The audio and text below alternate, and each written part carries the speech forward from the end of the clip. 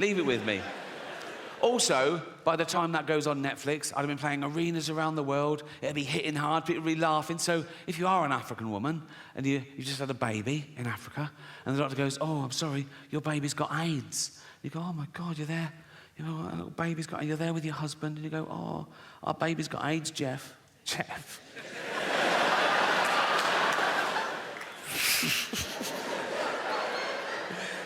I know, Tracy, I'm gutted too, darling. Our baby's got AIDS. Oh, should we watch some comedy to cheer us up? Yeah. What, Netflix? Yeah. What, Ricky Gervais? Duh. Yeah. And they're sad that their baby's got AIDS, but they're sort of laughing along. Ah, Armageddon, ha. And it gets to that bit. Baby's got AIDS. And she goes, oh my God, Jeff, what? Why are they all laughing at us and our baby with AIDS? And Jeff goes, well, they're not laughing at us per se. She goes, well, they are. They've named us and everything. They're literally laughing at us in this bit.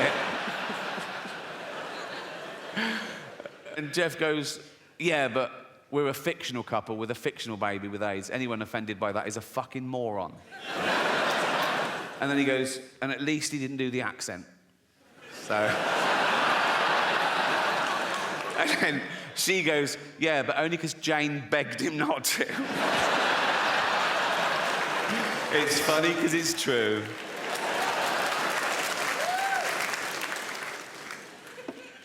I think we get our sense of humour from our parents, whether we realise it or not, particularly working class kids, particularly from working class mums, because they're busy, they're doing everything. They're keeping men in check, they're bringing up kids, they're going to work, they're saving the world. They haven't got time. They have to frighten their kids into behaving well. They have to go to dark places to shock them into not fucking dying. Do you know what I mean? So, like, if I was little and my mum made my tea, and it wasn't my favourite, it was boiled potatoes instead of chips every day, and I went, I don't like them, my mum would go straight to, of course you do. There's children your age in Africa and they're starving to death, right? And I go, Jesus, all right. You know what I mean?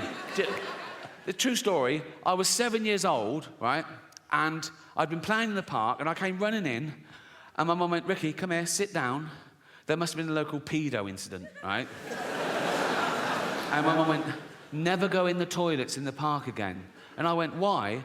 She knew she couldn't explain paedophilia to a 7-year-old, right? But this is what she came up with.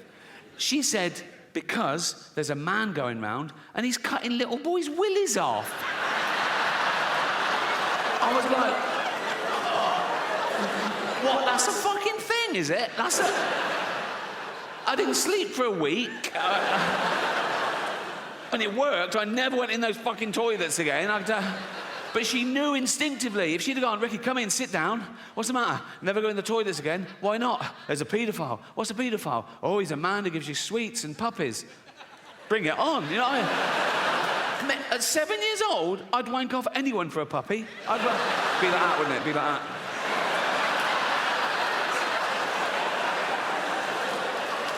that. Move it, fatty, right? And I go, rude.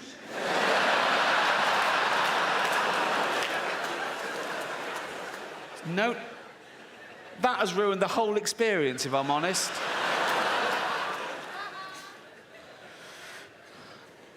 Someone asks, is there hate speech? Yeah, there is. Suck it up, Buttercup. Are there any man in a dress jokes? Very few jokes. If you've come to this film for a giggle, you're going to be very disappointed. But this one takes the biscuit for me. Remember, this is a movie set in the 1940s about arguably the worst atrocity in civilized human history. Check this out.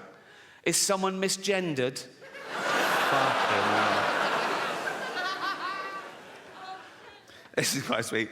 Is there any anti-Semitism? Yeah. This is pretty much the mother load, right? Forget Kanye. This is off the fucking charts. Don't do that when you're talking about this. Fuck's sake. I was doing the graph. I was doing like that. This is off the charts. That's... Wouldn't things have been different if that was Hitler's salute? The whole thing would have been... He goes like, it's Hitler. Like that. Hiya.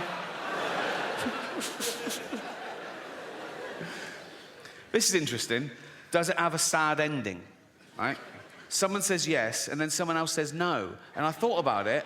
No, but then I remembered, if you've seen the film, if you remember, when the story sort of ends, Spielberg then tacks on a real bit of footage where he gets real life descendants of people murdered in the Holocaust, and he films them coming into a Jewish cemetery, and they each leave a stone on the grave to represent their family members that were murdered, and it builds up, and it's very moving. And so I think I get the ambiguity. Does it have a sad ending? Yes, in the sense that 6 million Jews pointlessly lost their life, but no, in the sense there was still enough left over to build a little rockery. So...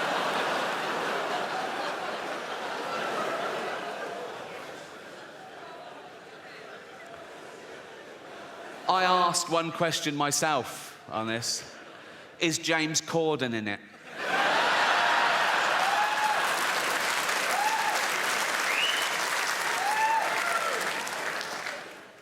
I did look at one other film briefly, Titanic.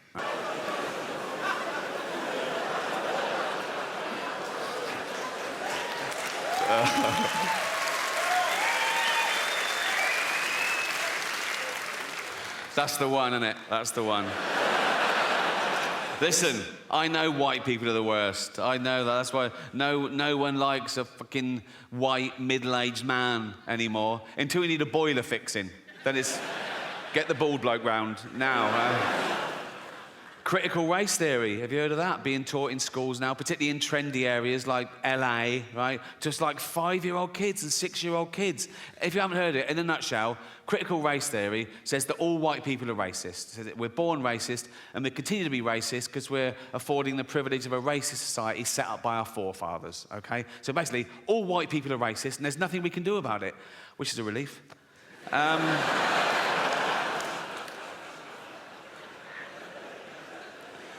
I think the world's going to get harder and harder to understand as I get older and more bewildered. A new dogma arises in the name of progress. Now, dogma is never progressive, however new and trendy, but I think soon I'll be outnumbered. And it was only this year that I ordered my first item off Amazon. All the way through the pandemic, Jane's like, bang, things are arriving, we need this, bang, it's here. Right? And I was going, oh, and she goes, it's easy. I go, I never liked real shopping either, hated real shopping, particularly clothes shopping. I hated clothes shopping when I was young and thin. I really hate it now I'm fat and old, right? Once, a shop assistant thought I had my inside leg and my waist measurement the wrong way round. I could see her thinking, do you have an orangutan, sir? No, it's for me, you cheeky... Yeah, I never like real shopping, but I don't trust the internet either. And Jane was going, just put in your credit card. I don't want to have my credit card details. She went, everyone's got your credit card details. Just put the number in. I went, what one? She went, the long one. She went, oh, fuck me, give it here. There, you're on. Order something. So I thought, oh, I don't want anything. Oh, tracksuit bottoms. You can't have too many. I wear mine till the bollocks fall out, right? So I put in men's tracksuit bottoms, black, zip pockets, about 38 different. Oh, fuck me, they look all right. Size chart. I go, well, they'll be a bit long, but they'll be a bit tight. I thought, $9.99. I thought, oh, fuck it, who cares, right? So I ordered them. They came the next day. I opened them up. They were shit. Now, I don't know what sweatshop they were made in or what little 8-year-old Chinese kid made them, but he should be fucking punished because they... And I was looking up where to fucking complain to get him fired, right? And I found out that these kids only get $2 a day in these fucking places, right? But what happened to pride in your work? Do you know what I mean? And I can tell, some of you are thinking, oh, yeah, but he didn't think Ricky Gervais... I don't know what brought it up, but he suddenly started going off on one. Someone, oh, God. He was going, it's fucking disgusting. They're still doing productions of Snow White and the Seven Dwarfs. For Christ's sake, it's fucking demeaning. It's 2023. He wasn't happy.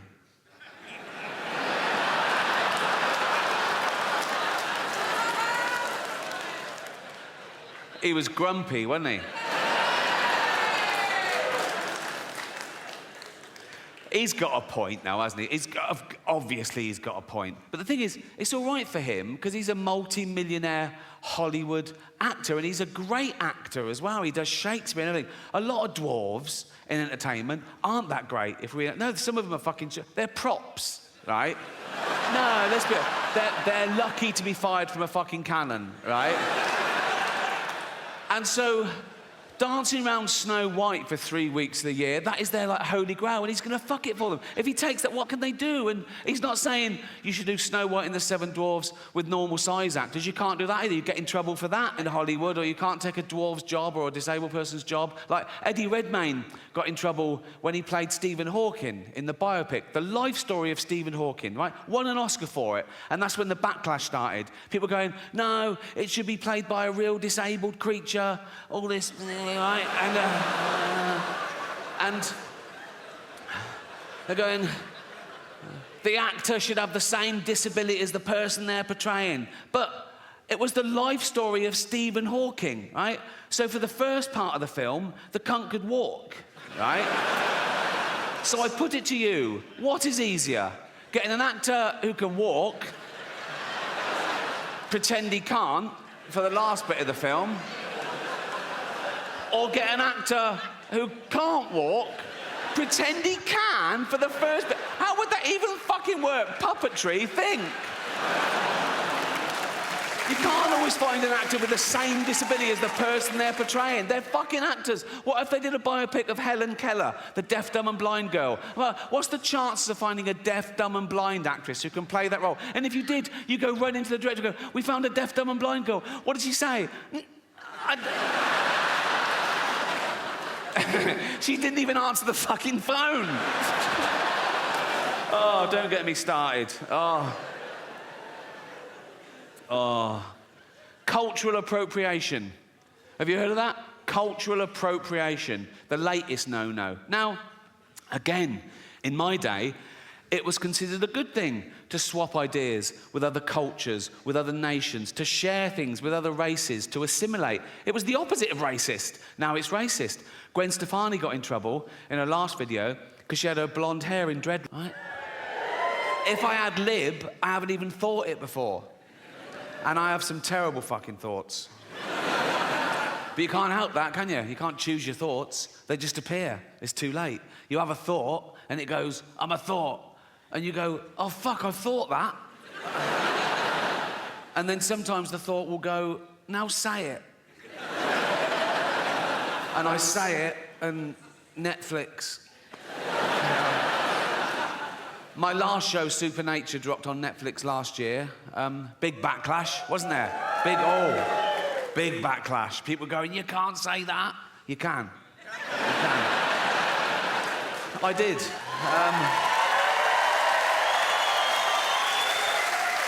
Yeah, the inevitable backlash, which made it the most watched special of the year, so I've learnt my lesson.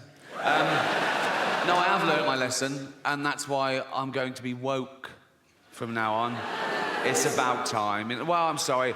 Well, I am woke, and now I'm woke, the first thing I've got to do is change my Twitter bio. Because at the moment, it's like a list of the shows I've created. But now I'm woke, I've got to pop in the word anti-fascist. So people know I'm not a fascist, because that is a big problem at the moment. People come up to me on the street and they go, Rick, have you been imprisoning journalists? I go, no. They go, oh, interesting. They go, have you been gassing Jews? I go, no. They go, well, pop it in your bio then, you silly cunt.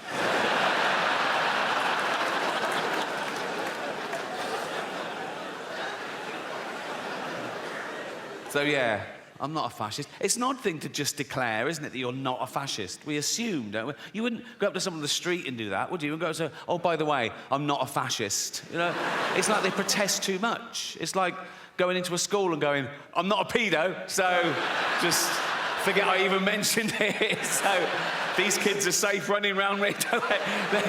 They can run around naked for all I care. I'm not a pedo, so... Of course, the word fascist has changed. Traditionally, the word fascist meant a member of a far-right authoritarian regime that uses militarism and violence to suppress individual rights. Now, the word fascist can mean liked a Joe Rogan tweet. So, words change, yeah? And that's part of the reason I'm going to become woke, is words change, and I don't want to be left behind, you know? I don't want to end up like my granddad in the 70s. Oh,